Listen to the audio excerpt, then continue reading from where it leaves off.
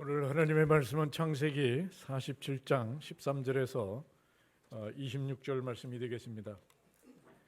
창세기 47장 13절에서 26절입니다. 우리 함께 교독하시겠습니다.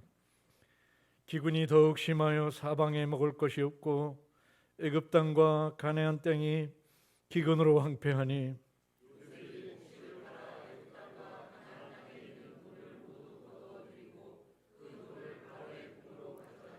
애굽 땅과 가나안 땅에 돈이 떨어진지라. 애굽 백성이 다 요셉에게 와서 이르되 돈이 떨어졌사오니 우리에게 먹을 거리를 주소서. 어찌 주 앞에서 죽으리이까.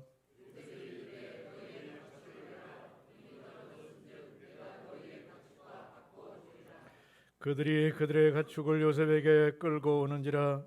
요셉이 그 말과 양떼와 소떼와 나귀를 받고 그들에게 먹을 것을 주되 곧 그 모든 가축과 바꾸어서 그 해 동안에 먹을 것을 그들에게 주니라.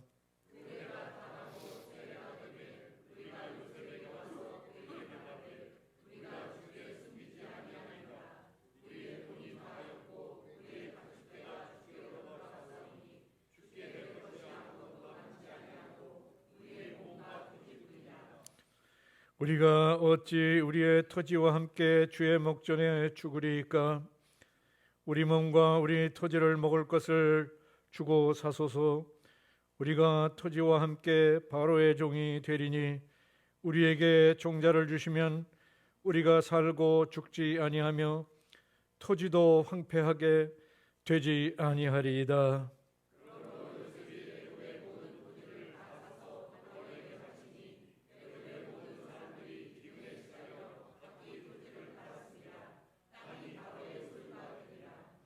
요셉이 애굽 땅 이 끝에서 저 끝까지의 백성을 성읍들에 옮겼으나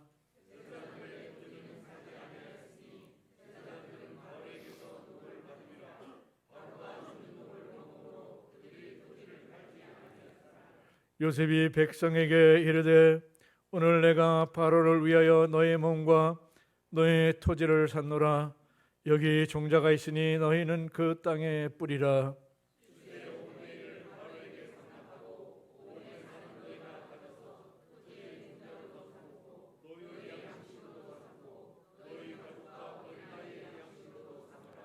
그들이 이르되 주께서 우리를 살리셨사오니 우리가 주께 은혜를 입고 바로의 종이 되겠나이다.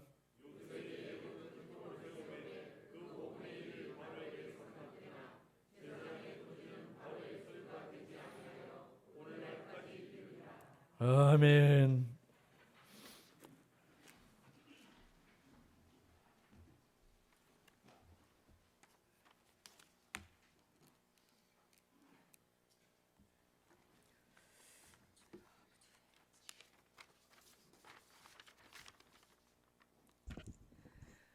고맙고 감사하신 우리 하나님 아버지, 은혜와 사랑을 감사합니다. 살같이 빠르게 지나가는 한 주간도 우리 사랑하는 성도들 지켜주시고 급별하신 복된 날을 선물로 주셔서 원근 각처에서 구원받은 성도들 주께 영광 돌릴 수 있도록 인도하신 주님을 찬양합니다. 만물이 소생하는 3월을 맞습니다. 지금까지의 삶도 나의 나된 것이 온전히 주님의 은혜임을 깨달아 두렵고 떨림으로 구원을 이루기 위하여 피곤하고 힘들어도 모이기에 힘쓰며 애써 말씀을 재충전 받을 수 있도록 주여 각자의 마음 가운데 뜨거운 감동이 있어지는 귀한 시간 되기만을 원하고 기도합니다. 우리가 주목하는 것은 보이는 것이 아니요 보이지 않는 것이니 보이는 것은 잠깐이요 보이지 않는 것은 영원한 것임을 믿사오니 우리의 삶을 통하여 주님과 늘 가까운 사이가 되어 항상 기뻐하며 범사에 감사하며 기도에 힘쓰는 저희들 되도록 인도하옵소서. 특별히 사순절 기간을 통하여 우리의 죄악과 허물로 인하여 고통당하신 주님을 기억하며 천번 만번 죽어 마땅할 죄인들 구제받을 길 없사오나 주의 사랑으로 다시 한번 정결하게 하시어 깊은 깨달음 속에 나를 내려놓고 내 안에 주님만 좌정하셔서 하나님의 다스림을 받아 구원을 이루는 삶을 통하여 살아서 천국을 소유하며 담대하게 살아가는 우리 성도들 다 되게 하옵소서. 이 시간 양들을 위하여 귀한 꼴을 먹이려 기도하며 준비하신 예비된 말씀 위에 함께하사 둔하고 무뎌진 우리의 심령을 불쌍히 여기시고 말씀을 우리 심령 옥토 가운데 받을 수 있도록 도와주시옵소서. 목사님의 목회 계획과 기도하는 제목들이 성취되어 현실로 나타나는 도심이 늘 함께하는 목사님과 우리 고잔교회가 되기만을 주여 원하고 기도합니다. 또한 많은 기관들도 있습니다. 각자의 달란트대로 사명의 길을 갈 때에 충성과 헌신이 순종이 헛되지 않도록 주여 격려하며 섬김으로 합력하여 선을 이루어 서로 마디의 역할을 잘 감당하는 기관들과 우리 축복받는 성도들이 되게 하여 주시옵소서. 이 나라 민족도 하나님이 손에 있사오니 주여 의정자들에게 하나님을 두려워할 줄 아는 지혜를 더하여 주옵소서. 육체의 연약함으로 고통받는 우리 지체들 어디에 있든지 주님과의 관계가 멀어지지 않도록 기도하며 말씀 사모하게 하시고 영이 깨어있게 하옵소서. 마치는 시간까지 주님 함께 하심을 믿고 감사하며 예수님의 이름으로 기도하옵나이다. 아멘.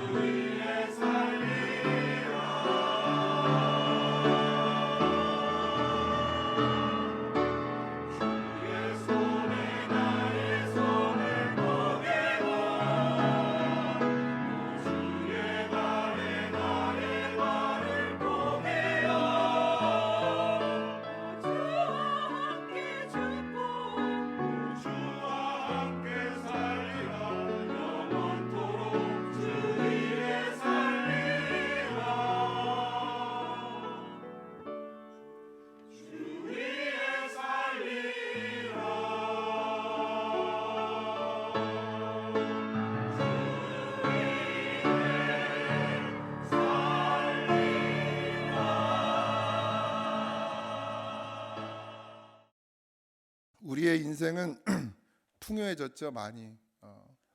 뭐 부족한 것이 없을 만큼 차고도 넘치는 세상 가운데 살고 있습니다. 그런데 그러면 만족도가 높아져야 됨에도 불구하고 불만족스러운 것은 더 많아지는 것 같아요. 그래서 그걸 기근이라고 하잖아요. 더 심해져 가고 있음을 느낍니다. 우리가 오늘 읽은 창세기 47장에 요셉이 있었기에 땅이 살았듯이 우리도 예수 그리스도가 우리와 함께 있었기 때문에 우리가 지금 이 기근의 때에 잘 견디고 있고 살고 있음을 발견하게 됩니다. 제가 창세기를 이번에는 마음을 먹고 내가 필사를 완필하리라 하고 하면서 내가 창세기를 제일 많이 읽거든요, 사람들이. 왜냐하면 올해는 꼭 일독하지 그러고서 창세기 읽다가 끝나고 그래서 저도 창세기를 제일 많이 읽었는데 필사는 처음이에요. 그러니까 처음은 아닌데 이렇게 완필한 건 처음인데 쓰면서 그동안 그렇게 많이 읽었음에도 불구하고 새롭게 다가오는 그런 구절들이 꽤 많이 있었습니다.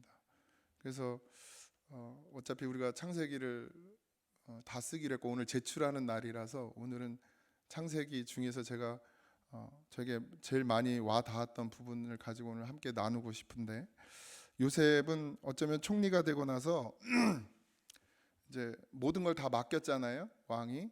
첫 번째 과제가 뭐였죠? 풍년을 관리를 잘해서 기근을 준비하는 것이 요셉의 가장 큰 과제였습니다. 해마다 풍년이 7년간 계속되었기 때문에 그 풍년에 남아도는 식량을 어떻게 관리할 것인지, 그게 관건이었죠. 풍요가 꼭 좋은 게 아닌 게, 풍요하면 그때 꼭 타락을 합니다. 흥청망청되죠. 그래서 요셉은 다가올 7년의 흉년을 준비할 수밖에 없는 그런 막중한 사명을 받게 되죠. 따라서 풍년의 관리를 통해서 기근의 시대를 준비하고 그 기근을 어떻게 슬기롭게 넘길까가 가장 중요한 부분입니다. 우리가 뭐 이거 성경 이렇게 한 장 가지고 47장에 있는 그걸 가지고 그 상황을 다 파악할 수는 없습니다. 요셉은 흉년이 시작됨으로써 아버지와 형제들을 전부 다시 만날 수 있는 놀라운 은혜를 경험하기도 하고요. 기근을 통해서 요셉이 있는 곳으로 사람들이 계속해서 몰려들게 됩니다. 한 사람의 믿음, 한 사람의 신앙, 그 한 사람이 바로 서게 되어서 거기서 생명의 역사가 일어나게 되고, 사람들은 그 한 사람을 중심으로 해서 다시금 세워져 가는 그런 성경의 리더의 모습을 보여주고, 또 요셉은 예수 그리스도와 오버랩되는 예수님 한 사람으로 인해서 모든 사람이 사는 은혜를 입은 것처럼요. 오늘 본문 13절에서 15절을 다 같이 한번 읽어볼까요? 본문 13절에서 15절 시작. 기근이 더욱 심하여 사방에 먹을 것이 없고 애굽 땅과 가나안 땅이 기근으로 황폐하니 요셉이 곡식을 팔아 애굽 땅과 가나안 땅에 있는 돈을 모두 거둬들이고 그 돈을 바로의 궁으로 가져가니 애굽 땅과 가나안 땅에 돈이 떨어졌는지라. 애굽 백성이 다 요셉에게 와서 이르되 돈이 떨어졌사오니 우리에게 먹을 거리를 주소서 어찌 주 앞에서 죽으리이까. 오늘 우리가 읽은 이 본문의 시점은 기근이 시작되고 심해진 지 한 5년 정도 지난 해입니다. 지금 애굽 땅과 가나안 땅에 다 기근으로 고통을 받고 있는 상황이죠. 기근이 들었지만 요셉이 있는 애굽 땅의 창고마다 곡식이 가득했습니다. 미리 준비했죠, 7년을. 사람이 양식을 사기 위해서 돈을 가져오게 되는데, 사람들이 그 주변에 있는 국가들까지, 나라들까지도 돈이라고 되었지만 당시는 전부가 이제 어떤 지금처럼 화폐는 아니고 이제 은이나 은이 주로 거래가 되었다고 하고요. 또 아니면 금으로 된 것들을 달아 주어서 양식으로 바꿔 준 것이죠. 요셉이 돈을 가지고 왔다고 그냥 무작정 다 판 것이 아니라 앞으로 5년, 지금 5년인 시점으로 따지면 2년을 더 버텨야 되기 때문에 돈을 가지고 온다고 무조건 돈대로 다 양식을 팔지는 않았을 것입니다. 요셉이 이를 감당하기 위해서 현장에 나가 있었을 것입니다. 그는 풍년 7년 동안도 창고를 지을 때 그냥 책상에 앉아서 행정을 한 것이 아니라 그 창고를 짓고 곡식을 쌓는 현장을 확인했어요. 인생은 내가 계속해서 앉아서 생각하는 것으로 되어지는 것이 아니라 삶의 현장에서 반드시 확인하고 점검하고 또 다시금 또 고쳐 나가야 되는 것이 우리의 신앙입니다. 이 소리 조금만 줄여주세요. 외부 음악. 우리나라의 관리들이 선거 때만 현장에 있잖아요, 그죠?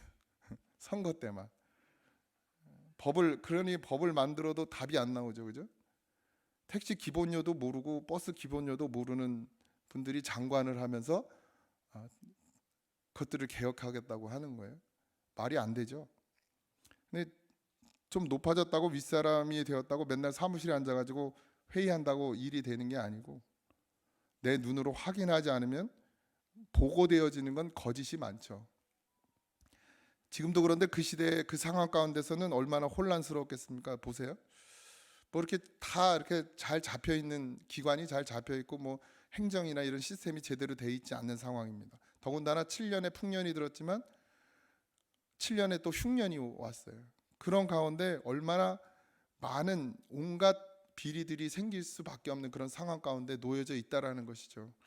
7년 풍년 동안 곡식을 모을 때도 마찬가지지만 7년 흉년 동안 또 그걸 나눔에 있어서도 안 그러겠습니까? 좀 더 가져가려고 거기 관리나 그걸 관여하는 사람에게 가서 찔러주고 뭐 그때는 뭐 컴퓨터도 없는데 뭐 자료가 남는 것도 아니니까 그런 모든 혼란한 상황들이 분명히 그 속에도 있었을 것입니다.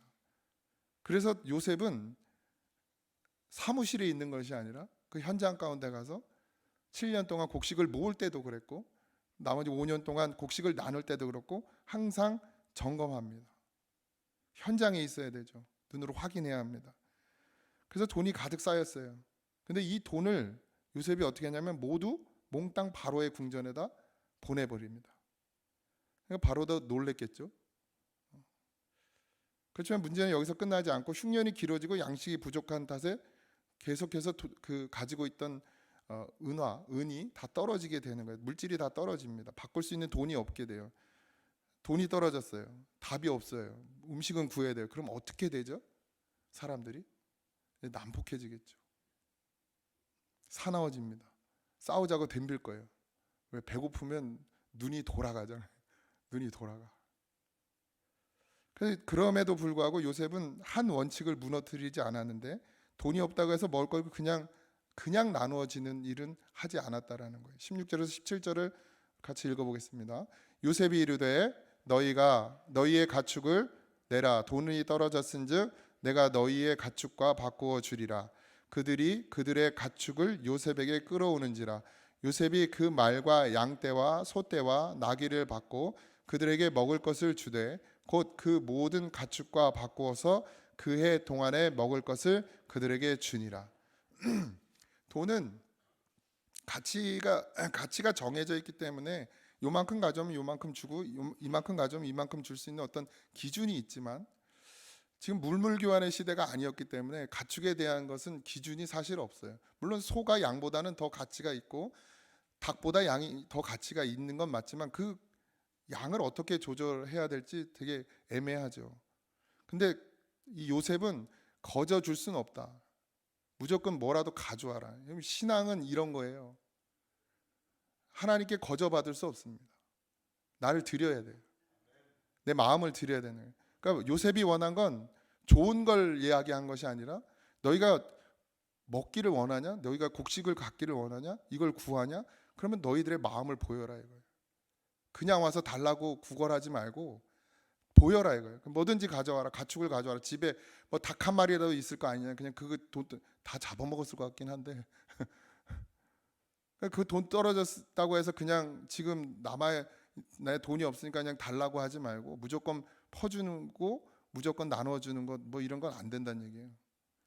말을 가지고 온 사람도 있고 양을 가지고 온 사람도 있고 뭐 나귀를 뭐 아니면 닭이라도 가져온 사람도 있겠죠. 음식과 바꿀 수 있다면 다 가지고 왔겠죠. 그러면 그게 얼마나 복잡하겠습니까? 생각해 보세요. 돈 가져와서 바꿔가는 것도 수없이 많은 사람들이 올 텐데 막 양 시끄럽겠죠. 뭐 소도 울지, 양도 울지, 닭도 울지, 다 울어 제끼지. 막 그 많은 사람들이 이걸 끌고 와서 양식을 받겠다고 줄서 이게 막 정신이 없겠죠. 기준도 없잖아요. 뭘 얼만큼 더 줘야 될지. 근데 요셉이 아주 놀라운 일을 합니다.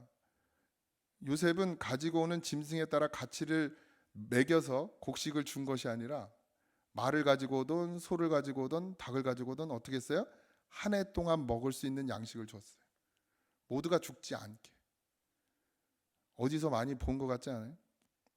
수많은 사람들이 지금 양식이 떨어졌다가 난리치는 마당에 가축을 가지고 와 바꿔주겠다고 하는데 가지고 오는 사람들마다 더 많이 받아가려고 할 거 아닙니까? 조금이라도 더 가져가려고 할 거 아니에요? 그런데 요셉은 1년, 그 가족이 먹을 수 있는 1년치 양만 주었어요. 한 해 동안 먹을 수 있는 양. 뭐 최소한이었겠죠. 뭐 기근이 심한데 뭐 풍족하게 주진 않았겠지만 최소한 굶어 죽지 않을 정도의 양식을 주었다는 거예요. 마태복음 20장에 이런 말씀이 있잖아요. 아침에 7시에 일을 하러 온 사람도 한 데나리온을 주고 오후 5시에 일하러 온 사람도 한 데나리온을 주는 사건이 있습니다. 근데 거기서 먼저 온 사람들이 열받죠. 그죠? 따지잖아요. 소 한 마리를 가져왔는데 닭 한 마리 가져온 사람하고 똑같이 양식을 주는 거예요. 그럼 열받을 만 하잖아요. 근데 거기 뭐 싸웠다 다퉜다 뭐 승질냈다 이런 사람이 하나도 없습니다. 이게 요셉의 리더십이에요. 그러니까 그동안 쌓인 거죠. 아, 요셉이 하는 건 다 맞아. 이렇게 된 거예요. 소문이 안 났겠습니까? 요셉이 7년의 풍년과 7년의 흉년이 있을 것이고, 그래서 7년의 풍년의 때에 7년의 흉년을 준비해야 된다고 그랬고, 그걸 요셉에게 왕이 모두 다 맡겼어요. 그리고 지금 벌써 그 5년이라는 시간이 지났어요. 매해 양식을 구하러 왔을 거란 말이죠. 그럼 그들에게 지혜롭게 요셉이 모든 걸 처리해 나갔다는 거예요. 그러니까 소 한 마리를 가져오든 닭 한 마리를 가져오든 준 것에 대해서 불만이 없다는 것은 리더십, 그러니까 요셉을 믿었다라는 것이죠. 요셉이 하는 일에 대해서. 그래서 그냥 갑니다. 받아서 필요한 만큼 받아서 나 혼자 살겠다고 하는 사람이 없었어요. 다 같이 사는 방법을 요셉이 찾은 것이죠. 하나님께 나아갈 때, 주님의 은혜를 구할 때 그것이 물질의 가치에 있지 않음을 기억하십시오. 내가 헌금을 많이 했든 내가 헌금을 적게 했든 내가 예배를 많이 드렸든 내가 예배를 적게 드렸든 내가 기도의 시간을 많이 쌓았든 내가 기도의 시간을 적게 쌓았든 내가 성경을 많이 읽었든 조금 읽었든 그거에 준하지 아니하고 우리에게 살 길을 열어주시기 위해서 우리에게 한시도 눈을 떼지 않는 그 하나님이 우리에게 공평하게 생명을 허락하셨다라는 것을 잊지 마시기 바랍니다. 그래서 이 가축을 어떻게 해야 되죠? 이제 가축이 너무 많을 거 아니에요? 근데 이걸 바로가 이걸 얻게 됐는데 이걸 궁전으로 가져갈 수가 없잖아요, 그죠? 이 많은 것들, 돈은 뭐 사서 어디 쌓아놓을 만한 곳이 있겠지만 가축을 다 궁궐로 가져간다고 생각해 보세요. 돈은 운반하기 쉽지만, 그리고 또 애굽 사람들은 목축을 되게 천시 여겼어요. 근데 누가 목축을 하죠? 이 시대에 지금 누가 하고 있어요? 지금 요셉의 가족들이 하고 있잖아요. 야곱이 그 아들들과 원래 목축을 하면서 뭘 농사도 짓지만 보통 이스라엘은 이제 유목민처럼 목축을 많이 했는데 지금 그 야곱이 어디에 와 있죠? 자식들하고 그 가족들하고 고센 땅에 와 있잖아요. 다 쓰셨죠? 이미 다 거주를 했어요. 그래서 이걸 어디로 가져가느냐? 이 가축들을 거기로 보내는 거예요. 그래서 어떻게 해요? 왕의 가축이지만 대신 키우는 거죠. 자연스럽게 왕의 가축을 야곱의 가족들이 맡게 됩니다. 가축대가 늘어나니까 사람이 필요했죠. 그러니까 어디서 사람을 공급하느냐? 애굽 사람들을 데려다가 이 일을 시키게 되는 거예요. 이 목축이 점점 중요한 일이에요. 왜? 왕의 것이기 때문에. 남들이 주목하지 않는 직업을 우리는 가지려고 하지 않죠. 남들이 봤을 때 성공하는 거라고 생각하는 일들을 하려고 해요. 명함을 내밀었을 때 부끄럽지 않을 만한 일을 하려고 하는 게 우리의 욕심이죠. 근데 하나님이 우리에게 하게 하시는 일을 해야 합니다. 자녀들 그렇게 가르치세요. 부모들 욕심으로 그냥 넌 이거 해야 돼, 넌 저거 해야 돼. 뭐 우리 교회는 그런 분도 없지만 저 강남이나 가야 또 이 강남 비하하면 안 되지. 자기의 욕심을 채우는 것이 되면 안 됩니다. 그리고 그것이 뭐가 되죠? 주님께 붙들리면 반드시 인생에서 하나님이 내게 원하시는 일을 찾게 돼요. 근데 주님께 붙들려야 돼요. 자녀들을 주님께 붙들리게 만드세요. 여러분들도 하나님께 붙들리시기 바랍니다. 그럼 그게 내 인생의 일이 되게 되고 그것이 결국 사명이 되게 되고 그곳에서 주님의 뜻을 이루게 됩니다. 요셉이 하나님의 일을 했습니까? 아니잖아요. 애굽의 총리가 됐어요. 이방 나라의 총리가 됐어요. 근데 지금 누구의 일을 하고 있죠? 하나님의 역사를 이루어가고 있어요. 그 직업은 되고 저 직업은 되고 요 직업은 안 되고 요 직업은 안 돼. 또 교회에서도 그러죠. 야 그럼 주일도 못 지켜. 뭐도 못해.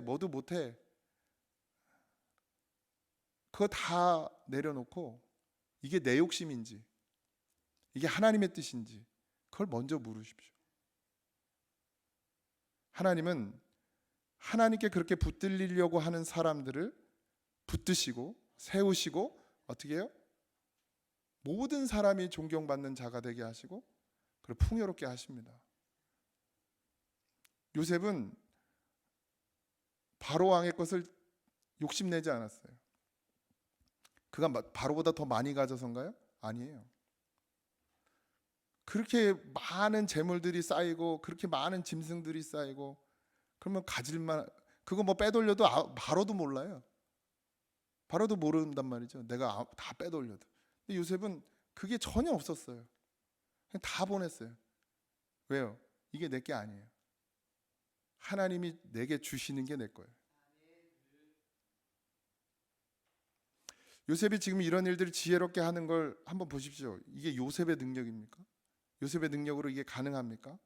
요셉이 뭘 배워서 이게 가능한 일입니까? 요셉은 어렸을 때 10대 때 노예로 끌려와서 계속 노예로 살았어요. 공부를 했겠습니까? 그냥 노예로 살아요. 감옥에 들어가 살았어요. 뭐 경험이라고는 감옥하고 노예밖에 없어요. 이게 요셉의 공부한 걸로 되겠습니까? 요셉의 스펙으로 되겠습니까? 요셉의 힘으로 되겠습니까? 전적인 하나님의 능력입니다. 아이들을 잘 가르치십시오. 좋은 학원 다니고 좋은 선생님 만나고 물론 중요하죠. 그러나 그것이 그 아이를 좋은 사람으로 만들지 않습니다. 쓸모 있는 사람으로 만들지 않아요. 하나님을 제대로 만나야, 하나님께 제대로 붙들려야 우리도 그렇고 우리 자녀들도 그렇고 이 교회도 그렇고 제대로 하나님이 쓰실 수 있습니다. 18절에서 19절을 제가 읽을게요. 그 해가 다 가고 새해가 되며 무리가 요셉에게 와서 그들에게 말하되 우리가 주께 숨기지 아니하나이다.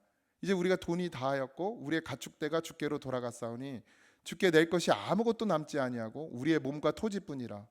우리가 어찌 우리의 토지와 함께 주의 목전에 죽으리까? 우리의 몸과 우리의 토지를 먹을 것을 주고 사소서. 우리가 토지와 함께 바로의 종이 되리니 우리에게 종자를 주시면 우리가 살고 죽지 아니하며 토지도 황폐하게 되지 아니하리다. 이제 사람들이 와서 이제 거저달라 소리는 아예 하지도 않아요. 가축도 없고 다 떨어졌어요. 이제 우리가 가진 게 몸하고 토지밖에 없습니다. 이걸 가지세요. 이거라도 사주세요. 그리고 바꿉시다, 먹을 것과. 이렇게 나오는 거예요. 의식이 달라지죠, 사람들이. 의식이 달라집니다. 하나님 앞에 태도가 달라져요. 여러분들 하나님 앞에서도 태도가 달라져야 됩니다. 하나님 내가 그거 주시면 나 이거 할게요가 아니에요. 내게 있는 것 주님께 다 드릴 테니 몸밖에 드릴 것 없지만 드릴 테니 주여 나를 사용하소서, 나를 써주소서. 이게 맞아요.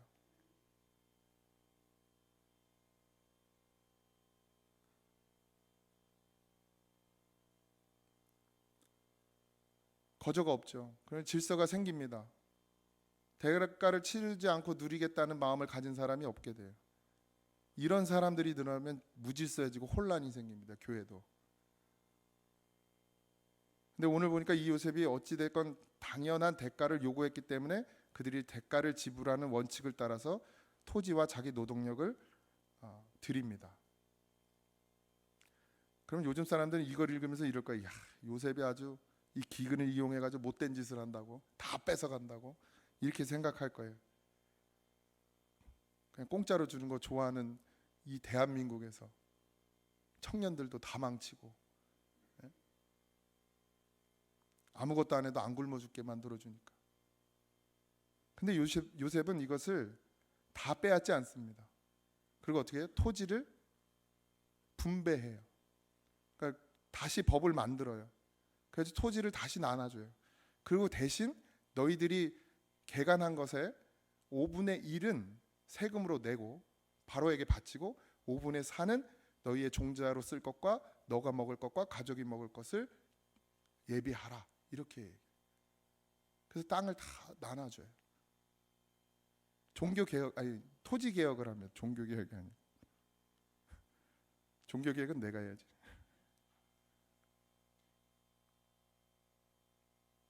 하나님 앞에 대가를 치르겠다는 의지를 보이시기 바랍니다. 무조건 거저 달라고 하지 마세요. 여러분들 생명을 주셨어요.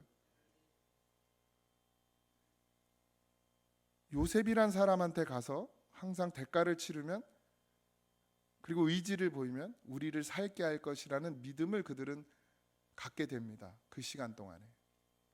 우리는 이 수많은 세월의 믿음의 시간 동안에 우리가 하나님 앞에 의지를 보이고 내가 하나님 앞에 대가를 치르면 하나님 반드시 나를 세우실 거라는, 나를 살리실 거라는 그런 믿음을 가지시게 되셨습니까?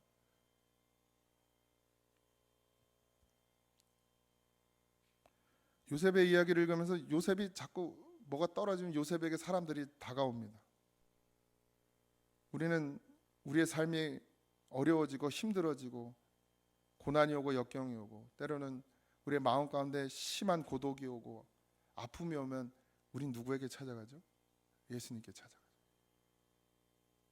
그래서 요셉은 오실 예수님의 표상입니다. 우리에게 뭔가 떨어지면, 우리의 영적 삶에 기근이 오면 우리는 예수님께 나아갑니다. 근데 그냥 나가지 않죠. 하나님, 나를 받아 주시옵소서. 그렇게 구하면 예수님께서 우리를 살게 하십니다. 요한 1서 5장 12절에 아들이 있는 자에게는 생명이 있고 하나님의 아들이 없는 자에게는 생명이 없느니라. 아들이 있는 자에게만 생명이 있고 하나님의 아들이 없는 자에게는 생명이 없느니라. 요셉이 있는 곳에는 양식과 뭐가 있어요? 생명이 있었죠. 사는 길이 있었습니다. 근데 요셉이 없는 곳엔 양식도 없고 사는 길도 없었어요. 우리는 예수님이 계시면 생명이 있게 되고 예수님이 없으면 생명이 없는 것입니다. 여러분, 생명을 사기 위해서 여러분의 모든 것을 하나님 앞에 다 내어드릴 준비가 되셨습니까? 하나님께 바로 선 한 사람이 있으면 생명의 역사가 일어나요. 우리 교회에 정말 하나님께 바로 서서 하나님 없이는 살 수 없습니다 고백하며 하나님께 내 모든 걸 다 내어드릴 준비가 된 사람 한 사람만 있으면 교회는 변화됩니다. 내 욕심으로 하나님 앞에 나오지 마십시오. 내 생각으로도 하나님 앞에 나오지 마십시오. 그게 얼마나 교회를 어지럽히는지 모릅니다. 그게 세상을 얼마나 어렵게 만드는지 몰라요. 하나님께서 요셉을 애굽에 보내셨으므로 거기에서 생명의 역사가 일어난 것처럼 하나님께서 예수 그리스도를 이 땅에 우리의 심령 가운데 보내심으로 인해서 우리에게 생명의 역사가 일어났어요. 그것과 바꿀 수 있는 게 없습니다. 지금 여전히 우리에게 생명의 역사가 계속해서 일어나야 돼요. 우리는 이 일을 위해서 부름받은 사람이에요. 우리가 살아가는 삶의 자리에서 생명을 낳는 자리, 생명을 잉태하는 자리, 그리고 생명을 회복시키는 그런 소망의 자리가 되어져야 합니다. 하나님 우리를 그렇게 부르셨어요. 하나님 우리를 그렇게 세우셨습니다. 이 땅에 왔지만 요셉은 애굽에 가서 총리까지 됐지만 거기에 속한 자가 아니었어요. 거기가 그 요셉의 소망의 자리가 아니었단 말입니다. 다 필요 없었어요. 요셉에게 필요한 건 오직 하나님입니다. 하나님과 함께 할 수 있는 자리. 그래서 애굽에 속하지 않았어요. 우리도 이 땅에 속하면 안 돼요. 이 땅에 살고 있지만 우리의 소망과 우리의 꿈이 여기에 있지 않습니다. 그런 마음이, 그런 중심이 되어져야 생명의 역사가 일어나고 구원의 역사가 일어나고 하나님의 놀라우신 역사가 우리를 통해서 드러나고 나타나게 됩니다.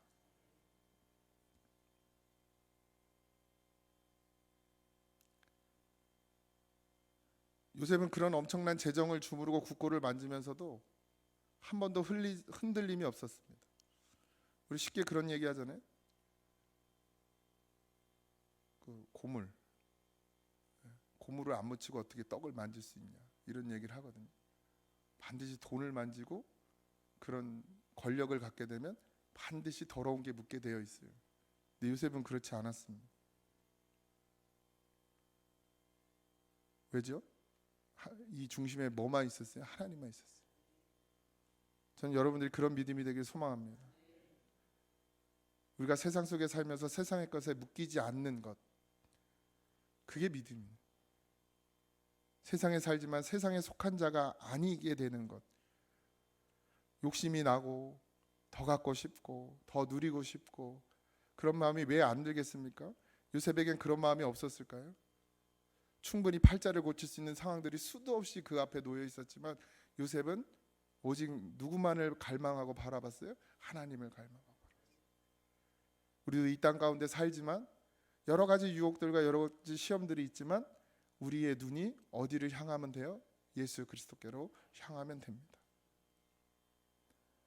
요셉이 대단한 믿음을 가져서, 아니면 요셉이 대단한 능력을 가져서 이 일을 감당한 것이 아니라 요셉이나 저나 여러분이나 다 막대기 같은 인생입니다.